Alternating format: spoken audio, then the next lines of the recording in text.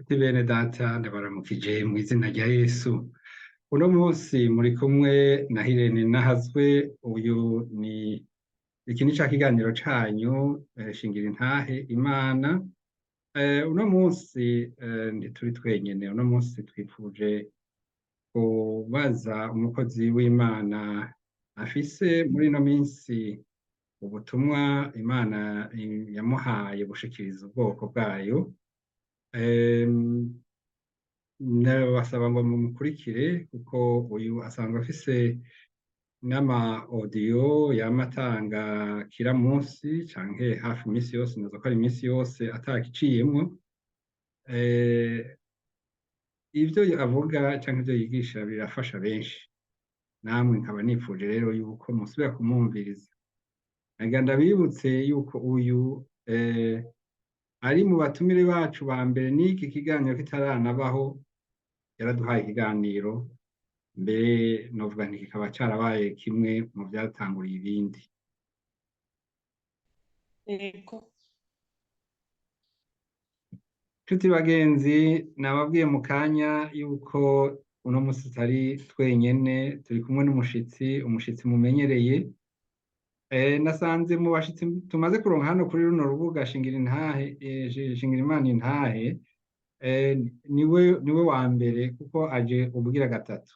Ko twatanguye kuganira n'iki kiganiro kitaratangura kubaho mbere. None rero turaguhaye ikaze kuri runo rubuga. Imbere yuko twakira reka twiragize Imana hanyuma tubandanye. Mana, turagushimiye cane kuri ubuntu tugiriye kugira ngo turonke hano kuri runo rubuga umukozi w'Imana. Mana, turamaze kumwumva intahe yiwe, twarumvise eka no mw'ijambo ry'Imana batubwira abakirijwe kubera intahe yabo. Intahe ikiza benshi, natwe turaje rero imbere yawe muri kano kanya, twigize ibikoresho vyawe ngo abe ariwo dukoresha. Mana, benshi batari bwanyugwe, benshi batari bwumve ivy'agakiza, Mana uno munsi bibashikeko, uno munsi bigire ico bibamariye. Hariho n'abakumvise kenshi ariko bataranyugwa, bataratahura. Turasavye ngo mpwemu wawe ahabe kugira ngo abatume banyugwa, abatume bakira agakiza, nabo ntibaze bahitanwe baraburiwe, kandi warasavye ko twese dukizwa.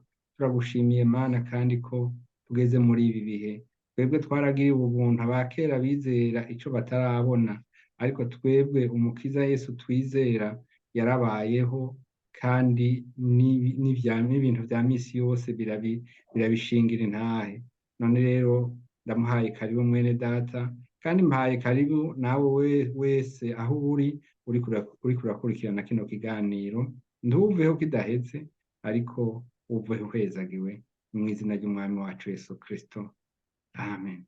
Amen. Karibu rero uyu mwene data, reka natwibwire, kandi naho jewe ndamuzi, musaba ngo atwibwire. Murakoze cane mushinga ntayire.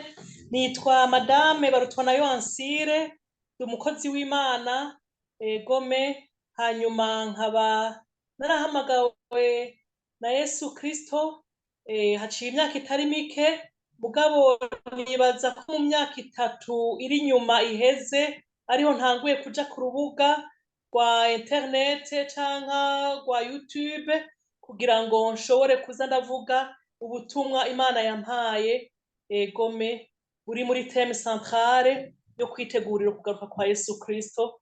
Yesu abahezagire cane. Urakoze cane.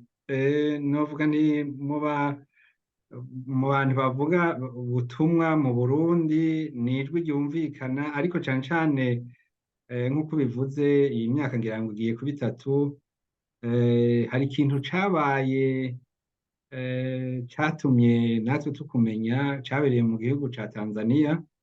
Hanyuma intahe washinze yakoze ku mitima benshi, ndibaza ko hariho n'abakiriye agakiza kubera iyo ntahe.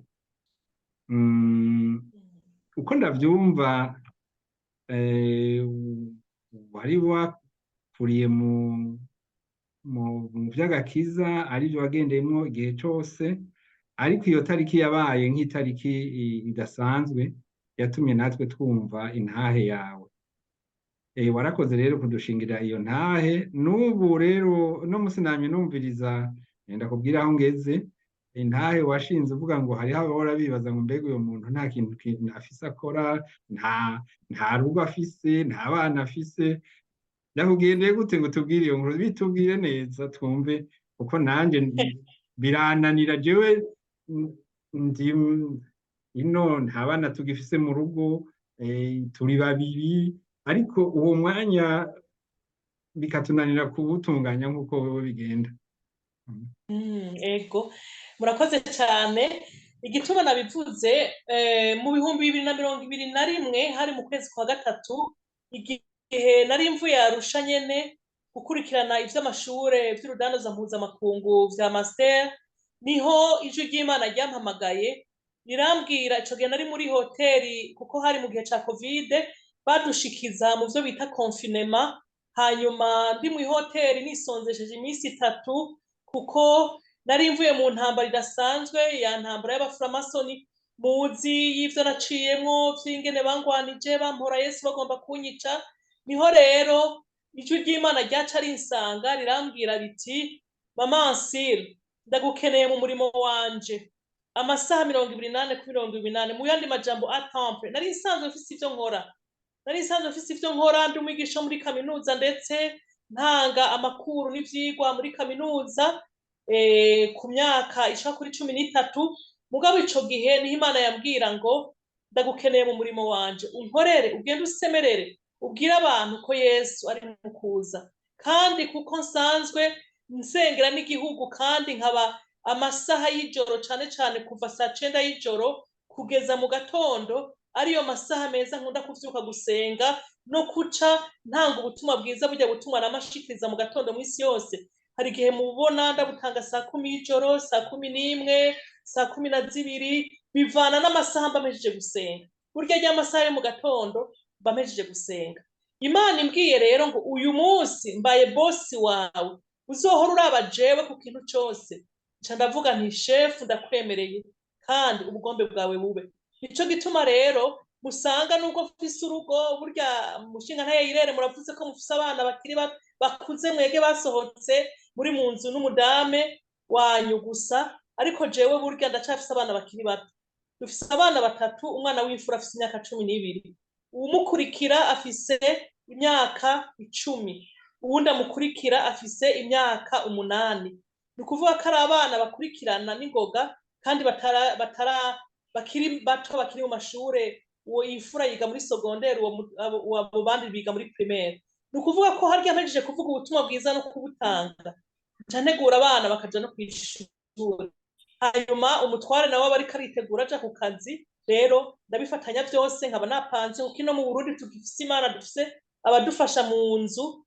Mba narayantanze, ndababwira mwe muzokora ibi, namwe muzokora ibi, namwe muzokora ibi, kugira ngo vyose tubikore neza. Rero nimba ndiko ndashikiriza ubutumwa bwiza cane cane bufatiye ku bantu, ndababwira ngo bihane, suko nafise ibindi nkora, suko nafise urugo navyo ndabitunganya. Mugabo amasaha menshi nayo mba ndi mu murimo w'Imana, kandi mu bisanzwe no kuryama nca ndyama gake. Murumva ko saa 9 y'ijoro mba ndi maso,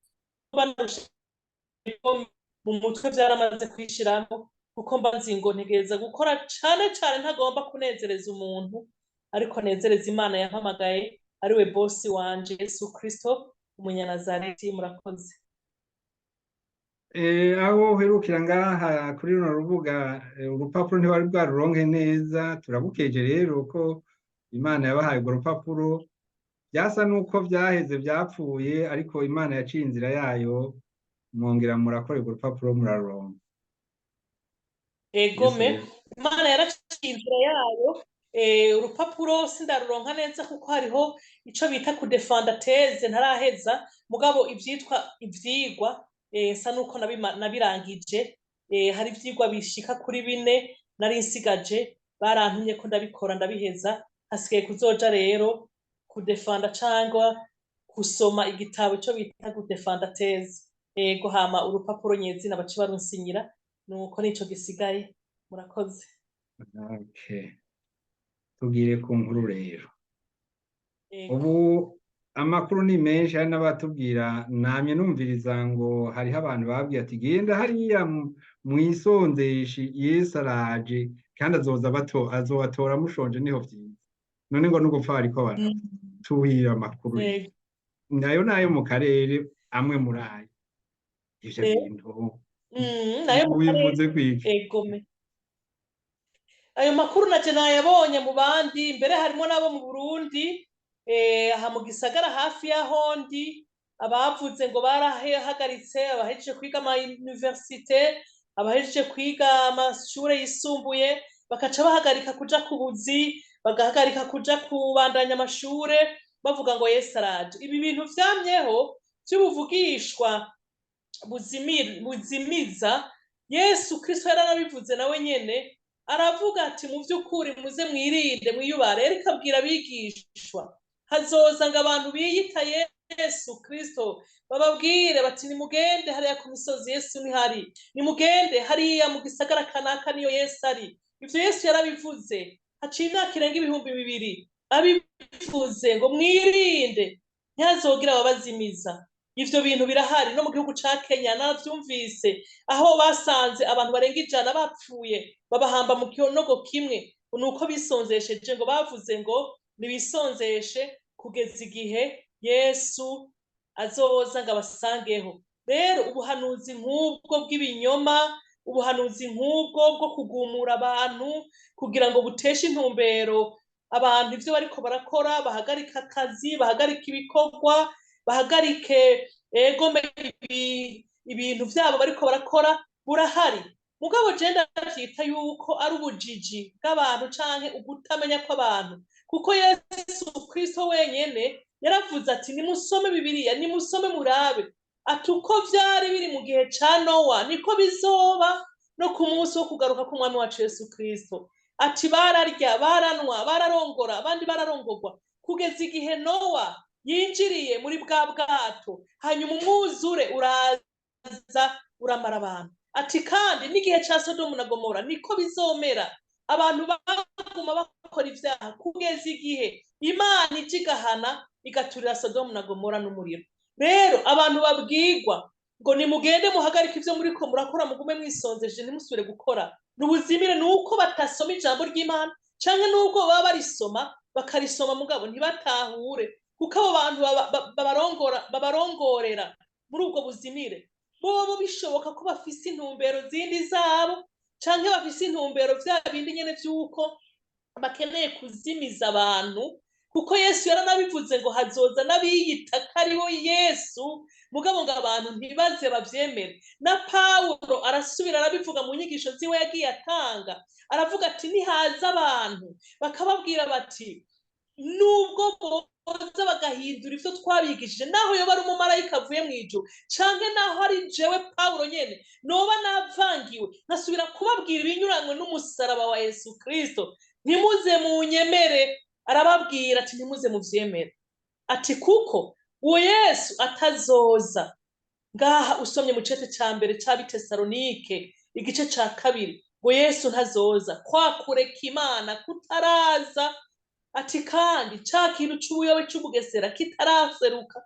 Rero abo bantu n'abantu b'integuza za Satani bariko bazimiza abantu, kuko Yesu yaravuze muri Matayo 24 ngo iyo minsi itagerurwa n'abiswe intore za Yesu bozimiye. Yego rero abo bantu bavuga ngo Yesu araje itariki, Yesu araje umwaka uyu, Yesu araje ukwezi uko, ntavyo Yesu yavuze ngo nawe nyene ntavyo azi kiretse data gusa. Ni ukuvuga ko ari ubuhanuzi buzimiza bugomba gutera ubwoba abantu. Akarorero, umuntu bamubwiye ngo Yesu azoza mu kwa gatanu canke azoza mu kwa gatandatu canke mu kwindwi canke azoza mu 2023 canke na 2024, abantu ntibasubira gukora, baca baja mu gatengo k'ubwoba, ntibasubire kugira ico bakora. Satani akaba abonye intsinzi igihe abantu batanguye kuja mu bunebwe ntibakore, baca bagirane baha ikibanza Satani, kuko nibasonza batangura kwidogera y'Amana, batangura gukora ibibi vyinshi, batangura kubesha, baba basuma, baba escroc, bibe batukisha iryo zina ry'Imana. satani aba bose intsinzi. Rero ijambo ry'Imana ridusaba ngo niba twasenze twizere ko umwanya uwo ari wo wose Yesu Kristo ashobora kugaruka. Imana iduhezagire. urakoze cyane, urakoze. Hari ikibazo kumbure n'abandi carabashikiye, nanje caranshikiye ngaha. Umuntu twavuganye kandi ubwo butumwa buriko burakora mu karere, arambwira ngo abantu bari mu mashengero barazimiye nibayavemwo.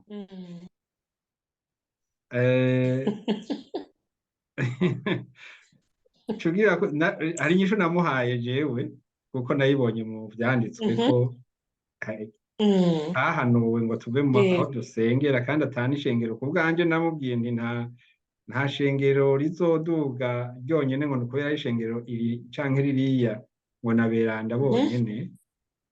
Yego. Uwo muntu we womubwira ngo iki? Oya, ivyo navyo sivyo. Ego, ivyo sivyo vyo kubwira abantu ngo nimuve mu mashengero mugumuke muveho. Ishengero ni nk'umuryango umuntu abarizwamwo.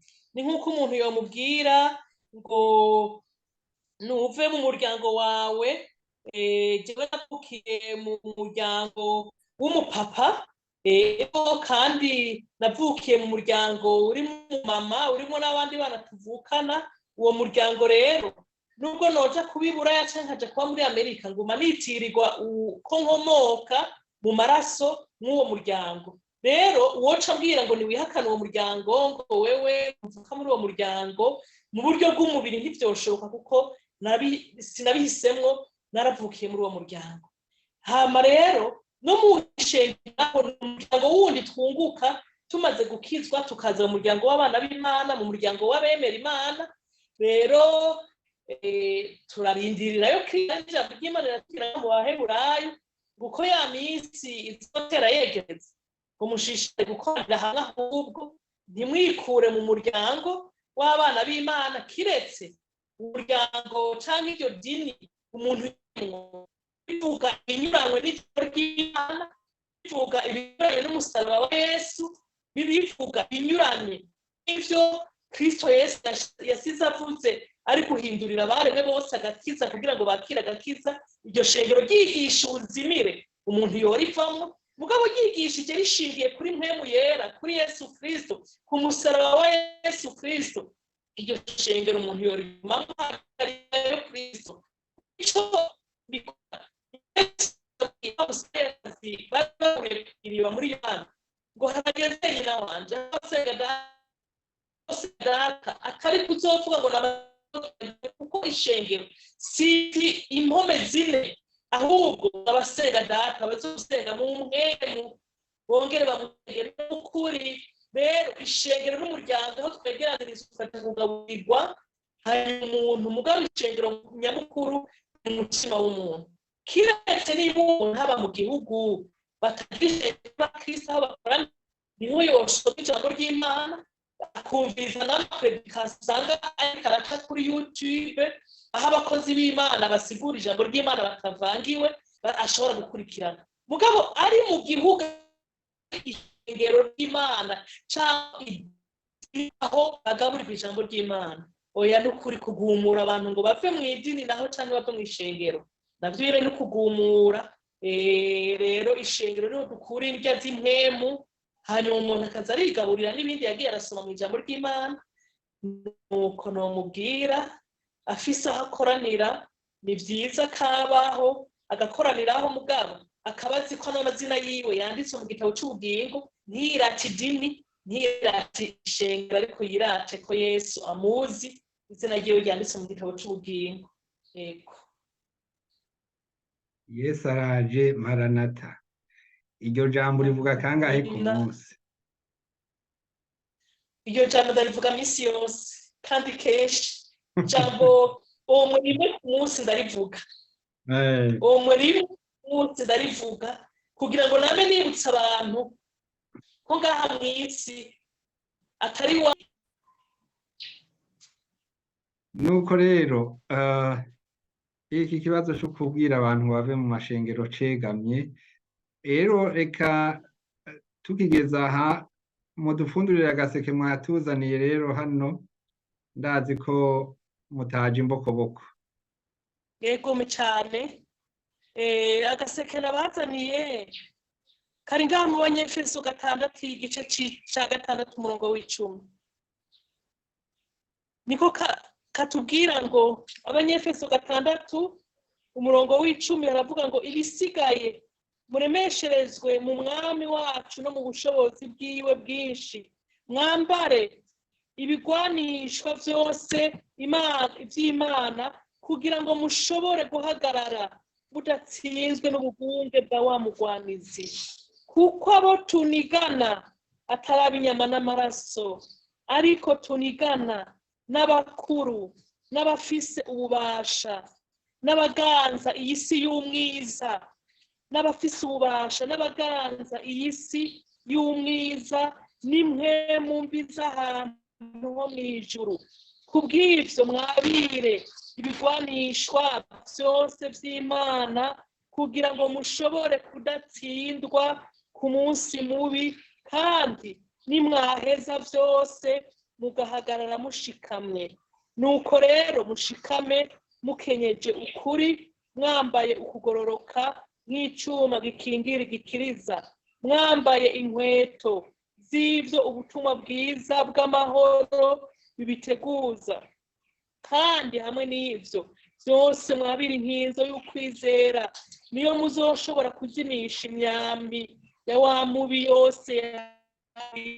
Mwabire inkofero y'agakiza bo n'inkota ya mwemu, niyo jambo ry'Imana. Musengere muri mwemu ibihe byose mu buryo bwose bwo gusenga kwingira, kandi mubere mukoje rwose musengera abera bose.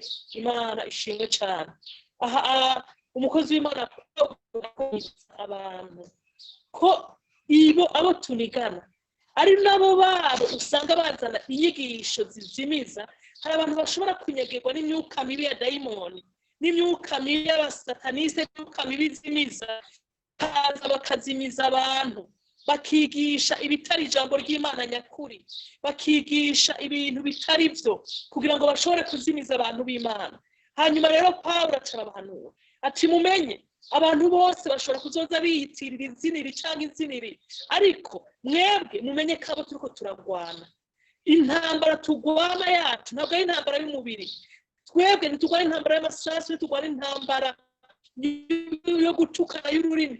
Tugwana ngo n'abakuru n'abafise ububasha nimwe mu nzano ijuru. Urabona ingene Pawulo yagiye arafata ibi bintu tugwana navyo abishira novuga mu migwi.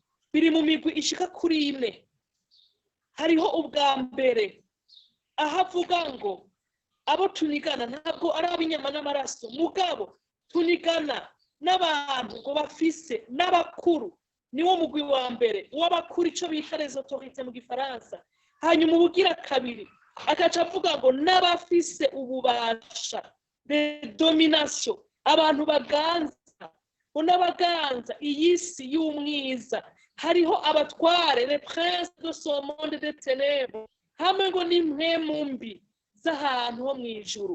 Ni ibice 4 by'abantu tugwana b'abadayimoni b'impwemu mbi, kugira ngo abo bose bakoranirize hamwe guca intege ishengero, guca intege abana b'Imana.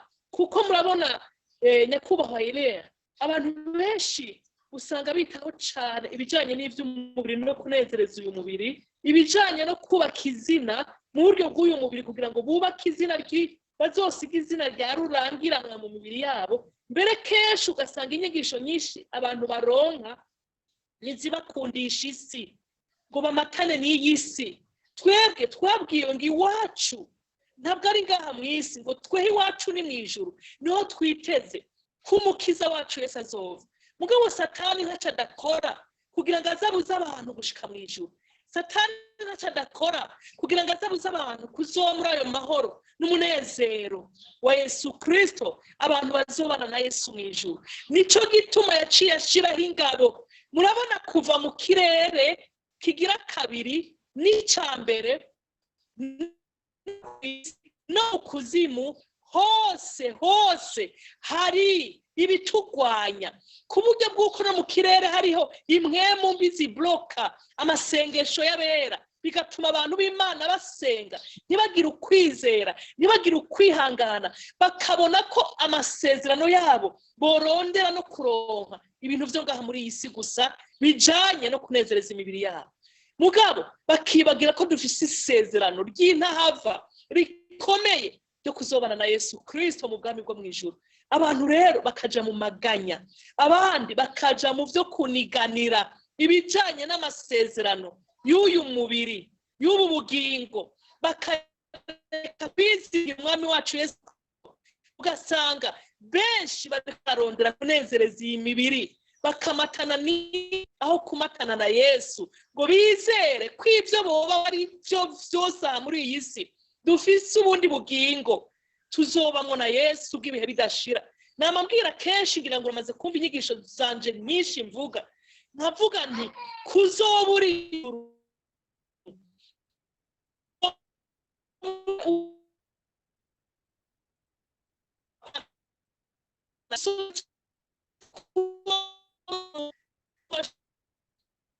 asanzwe kuko mwijuru ni heza kandi n'ahantu tuzokwama tunezerewe ibihe bidashira. Mugabo abantu benshi igitangaje n'ikintu giteye ubwoba, bama bariko baniganira ibijanye no kunezereza uyu mubiri bimatanye n'iyi si gusa. Rero ntibazi ko twashiriweho ingabo zo kutugwanya kugira ngo zitubuze kuzoba muri uwo munezero w'ijuru na Yesu Kristo. Abadayimoni bagwanya abera, abadayimoni bagwanya abana b'Imana kugira bababuze kuzoshika mu ijuru.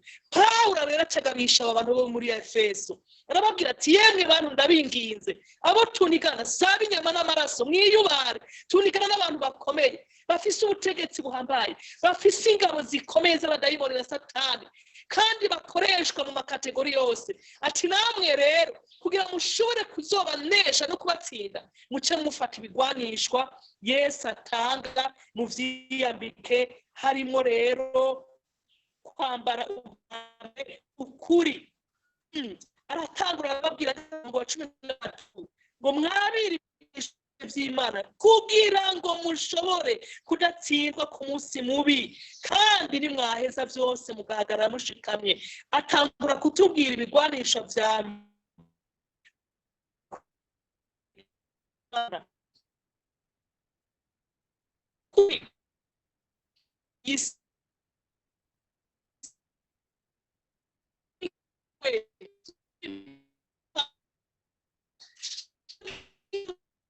cambere Imana yaciye itubwira ngo twiyambike kugira ngo tugendere mu ukuri ni Yesu. Mwisonga vyizigiro mu gitabo c'ingenzi yageze mw'isoko y'imburakimazi cyandazwa vyose barabavuga ngo nimugure ibi, nimugure ubusambanyi, nimugure ibiturire, nimugure kwiba, nimugure kurenganya, nimugure kwica, nimugure uburozi. Baravuga bati ivyo vyose twe nitugura. Ngo baca barababaza ngo none mwebwe mugura iki? Ngo baca babishura ngo twebwe tugura ukuri. Ukuri rero nako ni Yesu Kristo, kuko niwe yavuze ngo ni jewe nzira n'ukuri n'ubugingo, ntawe ushika kuri data ntamujanye. Umusingi wa mbere cyangwa umushinge wa mbere umuntu wese yakije ategereza kwakira yakire Yesu. Ni ukuvuga ko izina ryose abantu ni kuvuga ayandi mazina yose n'ibintu byose abantu bogeza kubaka, mugabo batubakiye ku izina rya Yesu Kristo umunyanazareti, vyose n'umusenyi, vyose n'ugukorera mu ruhombo, vyose n'ugukorera mu kinyoma, nta kuri kuzoba kurimo. Rero nico gituma ikigwanisho ca mbere twahawe cyo kugwanya izo ngabo zikomeye zitugwanya ari ukuri. Hanyuma ikigira kabiri tuca twiyambika, duhejeje kwambara ukuri tuca twambara ukugororoka, nako nyene ngo nico cuma gikingira igikiriza, niwo mwambaro ugira kabiri. Umwambaro ugira gatatu duhejeje kwambara ukuri, uwa kabiri n'ukugororoka, ugira gatatu tuca twambara inkofero inkweto bambe, inkweto z'ivy'ubutumwa bwiza, inkweto ubutumwa bwiza tujana, kandi mu kwambara ibirato harimo kwihangana, kuko mu butumwa bwiza tuba turiko dushira abantu icyo bita la patience. Si kenshi abantu batwumviriza ngo bashobore kubona ivyo dukora yuko bibanezereye, si kenshi abo tubwira ubutumwa bwiza ubwo nyene baca babwakira ngo babwumvirize. Hari igihe kenshi abo tubwira ubutumwa bwiza baradutera n'amabuye, babwanka, bataca bagirane, bataca babwakira. Mugabo dutegereza kwambara izo nkweto z'ukwihangana. Inkweto iyo uzambaye ugahonyora mu mahwa ngo siye zivuga ngo ndanse ntuzosubira kunyambara uncisha mu mahwa. Inkweto ni ikintu cihangana cyane. Hariho kwihangana abakristo dukeneye. Uyu munsi abakristo benshi dufite abakristo batacihangana, bagomba kurondera ibintu vyihuta, bagomba kurondera ibintu nyene, baca baronka ubwo nyene, baca baronka ubwo nyene. Ivyo mw'isi gusaba vyakira ubunyene, mugabo turi abakristo dusaba ko twihangana. Hari ibidusaba kwihangana. Hanyuma ubugira kandi hariho rero n'inkinzo ikingira igikiriza. Iyo nkinzo ikingira igikiriza ariyo dushobora kuzozimisha imyampi Satani turasa, ni inkinzo y'ukwizera. Ukwizera dusanga mu babaye abahizi mu kwizera mu Baheburayo 11, kuko ngo bari barasezeraniwe vyinshi, ariko ngo barinda bapfa bamwe batabibonye. Kubera iki? Bari barindiriye ngo igisagara kitubatswe n'umwubatsi w'umuarchitecte cyangwa umuenjeniyeri wo mw'isi, mugabo ngo bari barindiriye igisagara batazokwakwa, igisagara cyo mw'ijuru. Barihangana, hanyuma bamaze kwihangana bizera ko yasezeranye ariyo kwizigirwa no kubikora izobikora. Hanyuma rero baraheza bararindira isezerano. Ikindi kigira kane kijanye no kugira no kwambara inkofero. Murazi ko mu mutwe ari ahantu hakunda gushikirwa cyane. Umuntu wumvise ngo bamurashe mu mutwe, ubuzima buba bahagaze, ubuzima buba bupfuye. Iyo nkofero iza ukagira ukwizera, inkota y'amwemu yera n'inkofero agenda agakiza kugira ngo ushobore kuzoba kandida Imana, tukazoshika muri bwa bwami bwo twama tuvuga ngo maranatha, Yesu araje, tukazobana na Yesu Kristo abahezagire cyane, kugira ngo twambare ivyo bigwanishwa. Tumenye ko ingabo zitugwanya nazo zifise amakategori menshi, ariko nitwaba dufise ivyo bigwanisho byose mpemu yera tanga, Imana itanga, tuzonesha kandi no mwijuru tuzoshikayo izina rya Yesu Kristo. Murakoze cyane. Murakoze, turashimye. Yego, mutubwiye ibintu bine: ukuri ni Yesu, ukugororoka, hanyuma inkweto ni ubutumwa bwiza, hanyuma ukwizera n'inkinzo, hanyuma bwa gatanu rero kwari kwambara inkofero, n'agakiza. Inkofero ari agakiza. Bwa gatandatu kugira ijambo ry'Imana muri twebwe. Bwa gatandatu kugira ijambo ry'Imana muri twebwe. Ego. Egome, hanyuma tukaca dusengera muri mpwemu yera rero. Ingo imisi yose cyangwa ibihe byose byo gusenga. Hariho uburyo bwinshi bwo gusenga. Mugabo tugasengera muri mpwemu yera dufise ukwizera. Amen, amen, amen. Amen. Murakoze cyane. Nubwo ibihe vyagiye bitugwanya tukumva biracitse, ndibaza yuko uwari we wese yumvise agaseke watuzaniye, n'uwogumye ibi bitandatu byonyene canke indwi, yoba hariyo ico yaronse. Egome. Twagira rero tugusabe udusengere, kuko hariho abantu bavyumva kandi bafise no kugomba, rimwe na rimwe ugasanga barafise ukugomba, ariko bikabananira kubihambya. Ubaha impanuro, wongere uco dusengera. Yego, reka impanuro tubaha, nariko ndavuga ngo ubundi abantu benshi mu vy'ukuri bamatanye n'iyi si cyane.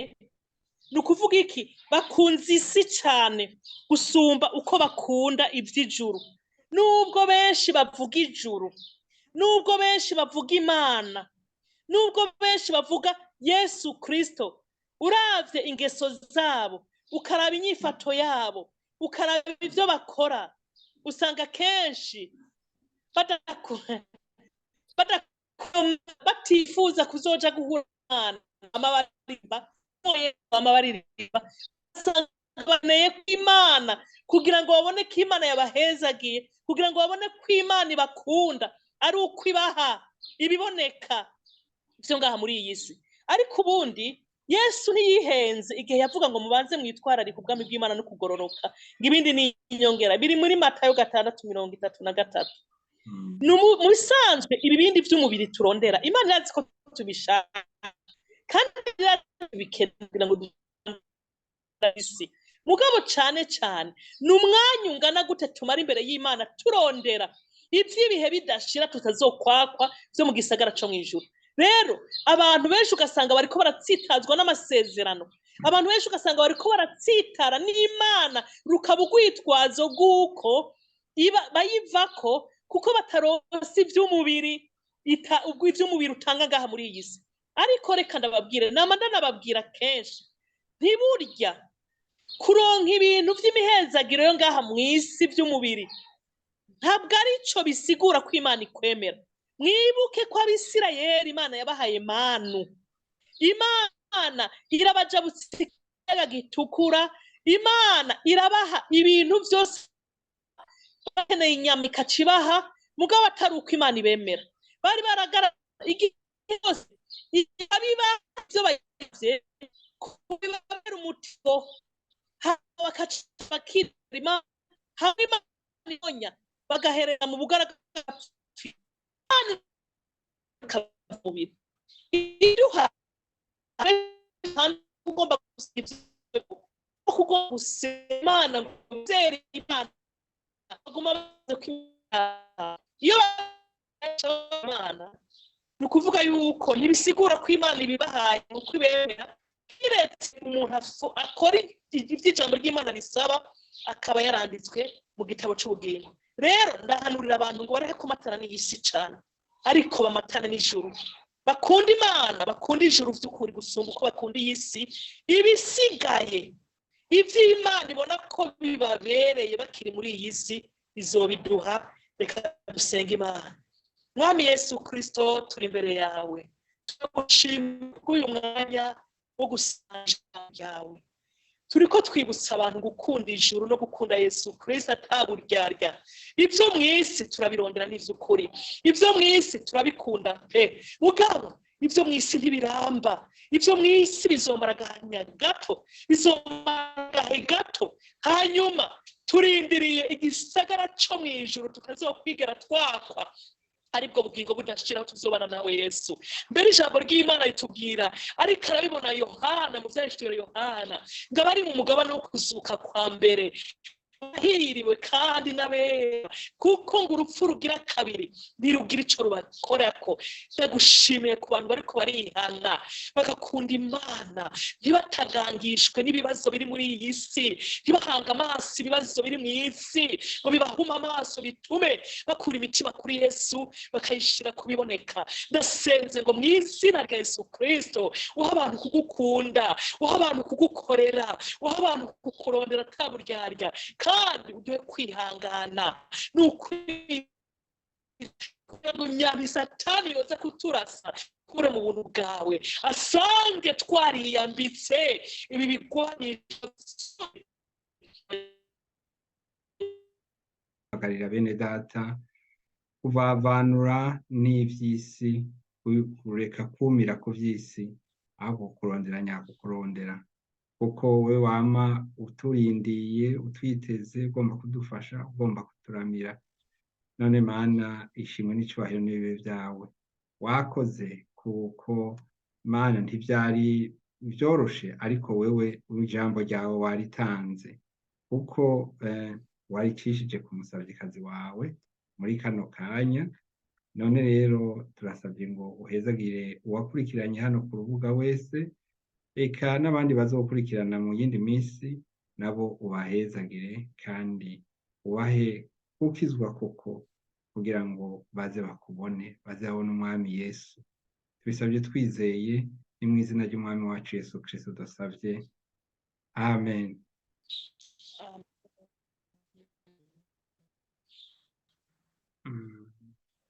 izirya mpanuro kuko n'abandi mwami Yesu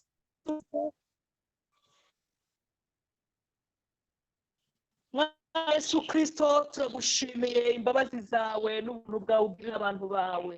Turaguha icyubahiro kubw'ijambo ryawe rihejeje guhanura imitima yacu, rikaduhanura kugira ngo dushobore kwizera izina ryawe Yesu, tukizera Yesu kandi tukambara ibigwanisho byose Imana itanga, tukareka kumatana n'iyi si mugabo tukamatana n'iby'ijuru, tukamenya ko imitima yacu dukwiye kuyigucururira.